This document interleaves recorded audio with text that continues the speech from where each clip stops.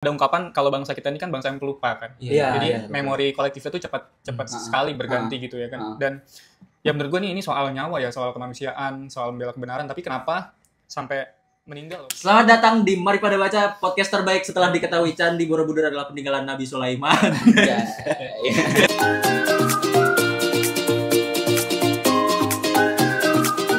Ini kita episode terbaru, buku baru. Betul. Buku kali ini masih tentang isu-isu yang lagi hangat. Iya. Ya, tentang Aksi Kamisan tidak libur guys, walaupun Jokowi lengser. betul. Karena tokoh utamanya bukan Jokowi ya. Betul. Bukan Jokowi yang kita tuntut guys, tapi Iya. hak asasi manusia. Betul itu. Betul. Ham, Ya kita, lu cuma numpang kencing dong lu di sini. Tapi kalau gua perhatiin dulu sebelum ada video kan Gondes kalau rekaman pakai baju Juventus. Iya. Sekarang udah nggak pernah lagi. Iya, bisa gua bawa. Karena gua kan fansnya Ali. Ya jadi karena buku ini tuh menurut gua agak gimana ya? Mau bawain itu takut merasa kurang cakap gitu guys. Oh iya. Karena buku ini menurut gua penting banget sih untuk dibaca sama terutama sama generasi baru generasi muda emang Indonesia. bukan perasaan lu doang sih, emang gak cakap. Emang itu kemauan elunya. Bukan. Karena ini isu Sudahlah. besar yang dibawa ya. Kita semua memang tidak cakap. Iya emang. Karena itu kita jadi pemantik ya. Kalau itu kita bisa ya. Tapi kalau bahas buku agak. Kita kan lebih ke menceritakan buku yang habis kita baca ya. Emang bukunya apa, Ham? Bukunya judulnya Kami Sudah Lelah Dengan Kekerasan. Nah, Karya Matt Easton. Kemarin sempat rame ya. Iya, buku baru juga, hype juga. Ya hype di golongan tertentu. Iya, betul. Dan pencerita pada kesempatan kali ini ada Ilham dan pemandunya ada gua dan Gondes. Iya, betul. Mantap. Nah, selanjutnya Ham. Ngomong-ngomong soal Buku, iya, Matt Edson. Bukunya tentang apa nih? Mungkin gua mau Lu berarti beli buku ini karena viral itu? ya karena waktu itu rame di Twitter kan. Terus alasan gua beli buku ini karena direkomendasikan sama Zen. NRS. Iya, NRS. gue lihat itu Waktu juga. itu dia nge-tweet kan terus. Nah, yang waktu itu dia tweet adalah yang ini nih di halaman 238. intelek gila. Tapi ini sedih banget sih. Oh iya. Kira-kira 2 jam kemudian Munir terbangun dan kru pesawat membantunya ke lavatory. Selang 10 menit, Purser perhatikan pintu sedikit terbuka. Di dalam sana, Munir bersandar di dinding. Terlalu lama untuk kembali ke kursinya. Kru memapahnya ke depan menuju kelas bisnis yang lebih lowong dan membaringkannya di deret keempat. Atas usul Purser Majid, Munir beristighfar dan dengan suara pelan mengulang dalam bahasa Arab, "Aku mohon ampun kepada Allah." Jadi Munir nih istighfar tuh ya. niat untuk ke Belanda tuh untuk kuliah gitu. Dia ingin menuntut ilmu, ingin meningkatkan pengetahuan dan kapasitasnya dalam bidang HAM ini, tapi nggak pernah sampai gitu buat kuliah dan dia dibunuh ketika penerbangan menuju Amsterdam. Dan Ham, menurut gue tuh buku ini kan berat ya. Dan sebenarnya tuh kita tuh sebenarnya untuk apa ya? Kayak maksudnya tuh kita membahas buku ini tuh sebenarnya nggak ada hubungannya dengan profesi, dengan kehidupan kita sehari-hari gitu. Dan ini tuh kayak ya seolah-olah satu hal yang kayak membuang-buang waktu. Tapi gue pengen tahu tanggapan lu setelah baca buku ini tuh kayak gimana sih? Karena kan jelas ya lu profesinya apa, tapi bahasannya ini tanggapan lu setelah baca buku ini. Menurut gue cukup jadi manusia aja sih gak buat merasa buku ini penting. Karena yang namanya yang paling penting kan menurut gue nilai kemanusiaan ya. Kita sangat menjunjung tinggi nilai itulah. Maksudnya kita mungkin aja gitu, kita atau keluarga kita atau kerabat atau teman kita itu memperjuangkan kebenaran dan di suatu hari nanti karena dia memperjuangkan kebenaran, dia hilang, dia mati, dia ditindas, dia disiksa gitu, mungkin aja. Dan kenapa nggak relate? Karena itu bukan keluarga lu gitu, bukan teman-teman lu, bukan kerabat lu, tapi untuk mendapatkan empatinya, untuk ngerasain, kita cukup jadi manusia aja sih menurut gua. Karena Munir nih ketika buku ini menurut gua sebetulnya nggak bisa dibilang berat juga gak. Nah plusnya buku ini adalah bahasannya memang berat, tapi cara penuturan sama cara penulisan itu bagus banget. Jadi deskripsi akan suatu kisahnya itu betul-betul ditulis yang nggak secara kaku gitu loh. Misalkan kayak menceritakan Munir dibunuh tanggal segini, gitu. Enggak. Jadi dia nulisnya justru malah puitis. Jadi dari dia nyeritain kisah hidup Munir ketika muda, terus dari ketemu Suciwati gimana, dan nyeritain ini kan 3 orang yang dibahas di awal tuh Munir, Suciwati sama Usman ya. Usman nih salah satu teman terdekatnya lah sama aktivis sekarang, ketua lembaga Amnesty kalau nggak salah. Jadi betul-betul walaupun isunya berat, tapi dia cara penulisannya itu menarik, berwarna banget sih. Jadi kayak seru banget sih sebetulnya. Tapi ini jatuhnya berarti bukunya biografi. Yang ditulis orang lain. Menurut gua nggak bisa dibilang biografi juga, karena sebetulnya di dalam satu buku ini tuh justru secara umum bisa gue bilang ngebahas sejarah bagaimana penindasan hak asasi manusia gitu. Bahkan dari awal dulu terjadinya pembantaian PKI, terus reformasi 98 sampai nanti yang kasus yang dibahas spesifik di sini adalah pembunuhan Munir ini. Ketika lu baca bagian-bagian reformasi ini lu akan gemetar dan bergidik sendiri sih, karena kayak diceritain gimana pembunuhan mahasiswa Trisakti yang dia tuh sebenarnya cuma pengen demo aja gitu, terus ternyata ada yang dia harus pulang ke rumah, ibunya nyariin dan udah hilang nyawanya gitu, kayak dia cuma pengen demo, pengen nurunin Soeharto gitu, pengen memastikan ada kemakmuran, tapi mati gitu, dibunuh sama aparat gitu. Dan itu emang udah izin dulu lagi. Dan itu kan seluruh sivitas akademikanya Trisakti itu mulai dari dosen segala macam. Dan kenapa penting? Karena semua kasus yang udah terjadi ini sampai sekarang nggak pernah selesai secara tuntas gitu. Pelakunya siapa, dihukumnya di mana, terus korban yang meninggal ini dikubur di mana, sampai sekarang nggak pernah. Dan lu bayangin, ini udah lewat, ini kan udah kadaluarsa ibaratnya kasus mereka udah lebih dari 20 tahun kan. Sampai sekarang juga dalang dari pembunuhannya ini sampai sekarang belum dapat hukuman. Ya, ngomong-ngomong soal demonstrasi, sebenarnya kan aksi demonstrasi ini tuh selalu memakan korban ya teman-teman. Dan itu tuh terjadi bukan hanya di masa lalu, bukan hanya di era Orde Baru, bukan hanya di era ketika Soekarno, Orde Lama, tapi bahkan demonstrasi yang terjadi di kemarin aja. Iya, kemarin yang waktu itu demonstrasi apa ya? Aku lupa lagi. Itu yang pengen ngesain undang-undang itu loh. Batas usia lagi. Cuma di DPR. Ya betul, yang undang-undang batas usia itu kan itu juga memakan korban. Ada beberapa nama yang muncul. Iya, bahkan awak media pun menjadi korban. Dan itu tuh yang gua sangat terkejut adalah itu tuh nggak ada apa-apa gitu. Nyawa manusia tuh seolah-olah begitu. Coba sekarang siapa yang membicarakan itu? Nggak ada kan? Ya, justru itu kan, karena ada ungkapan kalau bangsa kita ini kan bangsa yang pelupa kan. Jadi memori kolektifnya tuh cepat sekali berganti gitu ya kan. Dan ya menurut gue ini soal nyawa ya, soal kemanusiaan, soal membela kebenaran. Tapi kenapa sampai meninggal loh? Maksud gue, lu bayangin kalau keluarga lu meninggal gitu, dibunuh oleh kalau diceritain di buku ini kan dibunuh oleh negara kan. Karena yang paling dicurigai sebagai dalang dan sebagai arsitektur pembunuhan Munir adalah Bin kan, diceritain di buku ini. Dan sampai sekarang nggak ada yang dihukum dari Bin satupun. Tapi kenapa sih dibunuh? Kan malah gue tuh taunya kronologinya Munir meninggalnya gimana tuh, malah gue ngeliat dari yang video yang dari Tempo itu. Mulai yang tahu gue dulu tuh ya udah Munir diracun pakai cyanida di pesawat gitu. Ternyata tuh nggak di pesawat. Sebelum baca buku ini sebetulnya juga gue tidak terlalu tahu detail kehidupan Munir dan bagaimana kisahnya Karena kan yang kita tahu kan pasti dari kisah heroismenya tuh yang justru gue dulu tahunya dari lagu kan. Efek Rumah Kaca di Udara, terus kayak lagunya ini ngisahkan tentang Atlet Saming dibunuh gitu. Kenapa dibunuh? Karena menurut gue ini tuh ibarat film apa ya? Ibarat film aja deh. Jadi kayak di dalam satu film ada tokoh yang selalu ngebela kebenaran, ngebela rakyat kecil, dia selalu berpihak sama petani yang digusur tanahnya misalkan, terus sama buruh pabrik gitu. Terus dia ngebelain semuanya, dia benar-benar memperjuangkan secara tulus. Terus kasus-kasusnya juga diangkat ke pengadilan kan. Munir ini kan orang yang tahu hukum ya, dia udah dihukum kan. Jadi pembela kebenaran aja. Nah, karena dia membela kebenaran, musuhnya banyak. Dan musuh-musuhnya ini adalah orang-orang penting dan berkepentingan. Iya, dan penting dan berkuasa. Akhirnya karena Munir nih nyalinya tuh ibarat udah nggak sesuai sama akal sehat lah. Jadi semuanya ditabrak sama dia. Jadi tanpa kompromi, jadi ya gitulah. Jadi selalu membawa kehidupan itu di dalam bahaya lah. Jadi bisa dibilang kalau secara umum pandangan gue ya kenapa dibunuh, karena dia mendapatkan banyak musuh yang kuat sih bagi gue. Karena nggak mungkin dong dia sampai diskenerkan dibunuh seperti ini kalau dia nggak punya nggak punya track record yang bisa bikin orang marah lah. Maksud gue Munir kan bukan orang yang superhero gitu, maksudnya dia kan rakyat biasa gitu, sedangkan musuhnya tuh ya yang punya privilege segala macem gitu. Kenapa lu takut sama orang biasa? Satu orang doang gitu maksud gue. Ya, dan sebetulnya Suciwati istrinya ini kan dia ketika aktivis buruh ketemunya pas ngebelain Suciwati itu kan. Pas ngebelain itu tentang buruh itu. Jadi di dalam buku ini juga ada diceritakan dalam satu bagian tuh dia si timnya ini, tim teman-temannya Munir yang akhirnya ngebentuk satu lembaga buat gimana mengungkap kasus Munir, ketemulah sama salah satu anggota BIN. LBH ya itu tuh ya? Iya, ketemu salah satu anggota BIN. Nah, jawaban anggota BIN ini, kalau nggak salah namanya Bija Subiakto deh, kalau nggak salah di awal. Tuh ditanyakan kenapa Munir dibunuh. Jawabannya tuh cuma, coba aja lihat kasus yang sedang ditangani sama Munir. Jadi jawabannya cukup di segitu aja. Nah, pasca pertemuan-pertemuan itu, akhirnya anggota Intel ini udah nggak bisa dihubungin lagi. Udah nggak bisa ditemuin lagi. Antara udah nggak tahu kemana, kalau nggak ya kayak Munir.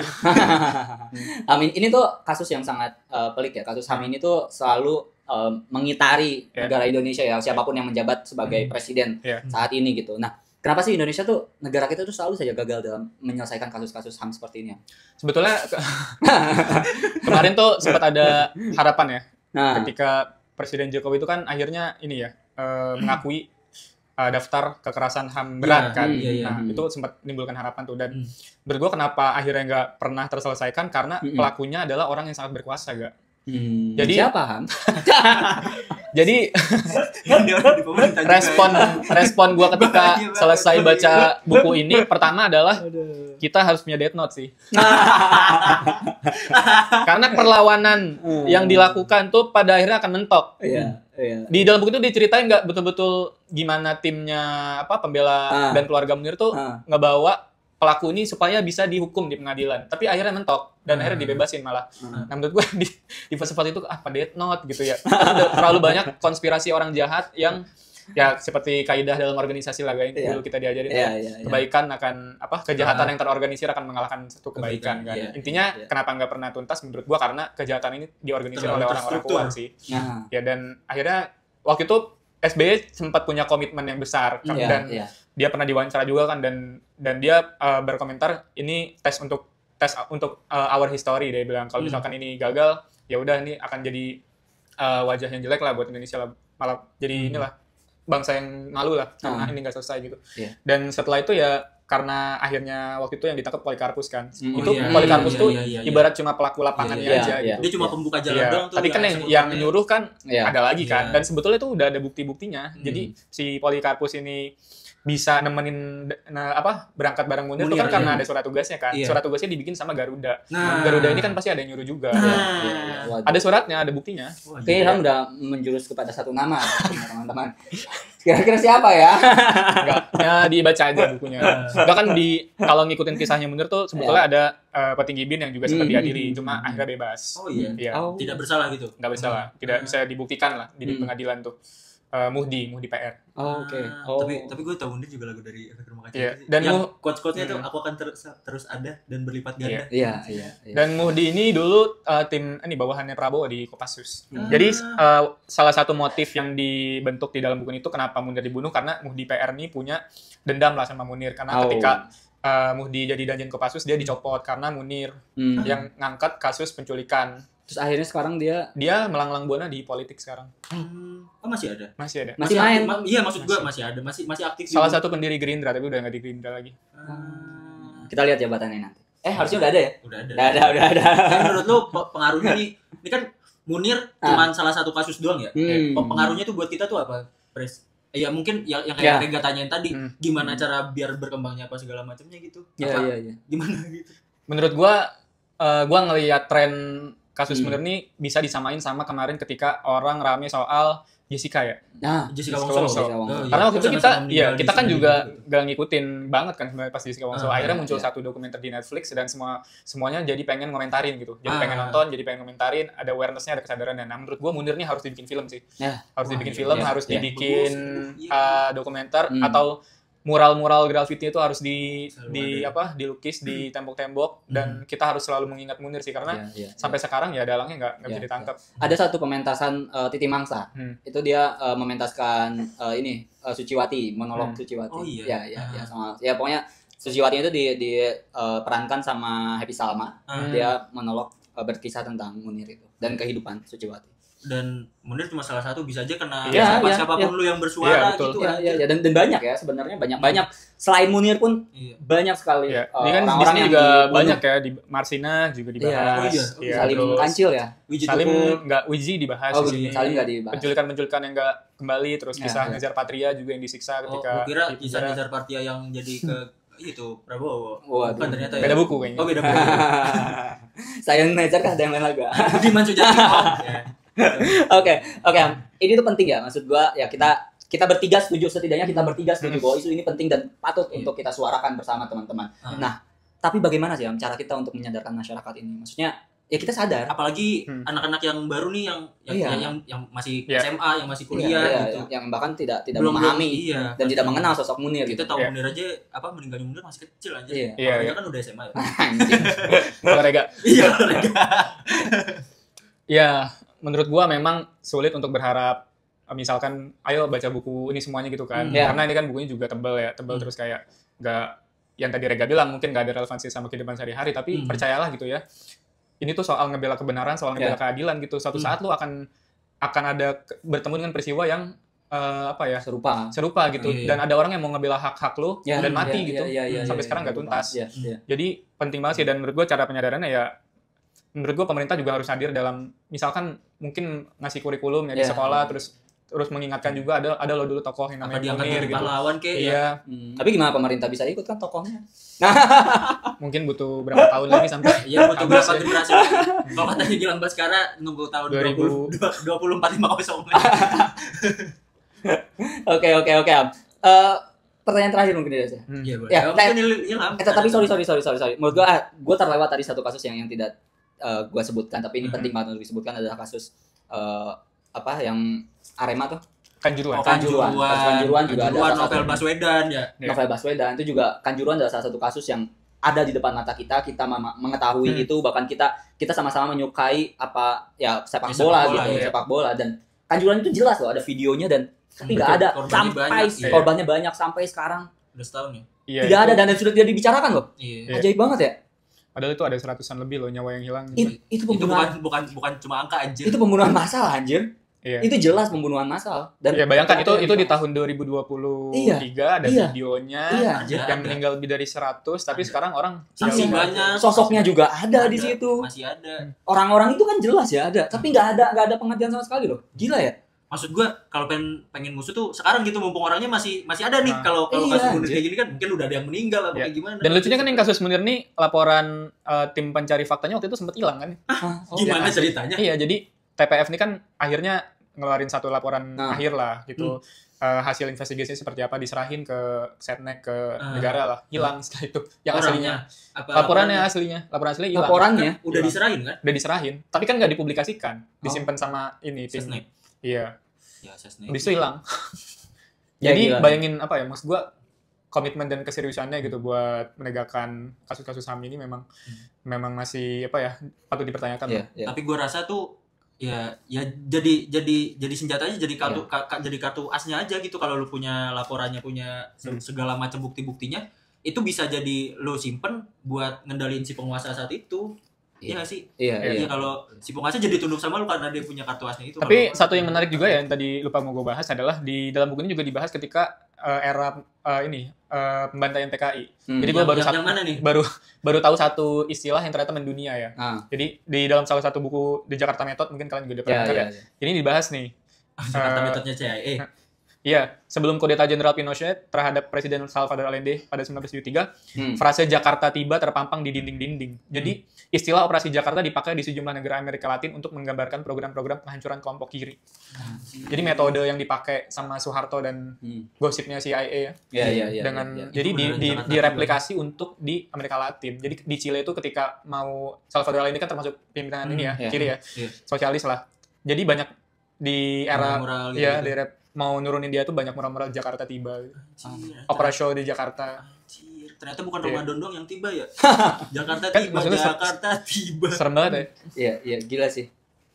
Ya itulah teman-teman, menurut lu kenapa kita harus baca buku ini? Gue baca di belakang deh. Digelari Best Book of the Year oleh majalah The Economist. Setuju banget sih gue. Karena ketika baca buku ini, kita tuh nggak cuma tahu sejarah soal pembunuhan Munirnya aja gitu, tapi kesadaran akan kemanusiaan gitu, kesadaran akan banyak kasus yang belum tuntas gitu, dan ini penting banget sih buat diketahuin, apalagi sama generasi yang setelah kita lah, milenial, Gen Z gitu. Sekarang kan orang, ya lu bisa cek lah di jalan siapa sih yang tahu Munir gitu misalkan. Menurut gue ini perlu diramein lagi, diviralin lagi, dibikin lagi, dan penting banget sih buat ini diviralin lagi bagi gue. Iya, gue setuju. Oke, teman-teman, kita rasa ini cukup ya, dan gue rasa kalian juga bisa menarik kesimpulan dari apa yang kita bicarakan hari ini. Jangan sampai menormalize kejadian kayak gini kan. Ya udahlah, emang dari dulu juga kayak gini. Enggak, anjir, ini tuh kesalahan yang selalu kita biarkan. Jadi berdasarkan semua tindak kriminal pelanggaran HAM yang terdokumentasi di negara Indonesia, ya kita bisa menyimpulkan bahwa negara ini memang gila gitu. Negara ini memang kacau dalam artian itu ya, dalam artian pelanggaran HAM tersebut gitu, dan yang lebih gila lagi adalah kita yang sudah tahu tapi tidak melakukan apa-apa dan tidak menyuarakan apa-apa. Ya, sekian dari kita. Terima kasih yang sudah mendengarkan dari awal sampai akhir. Selamat menonton. Selamat membaca buku ini. Yoi.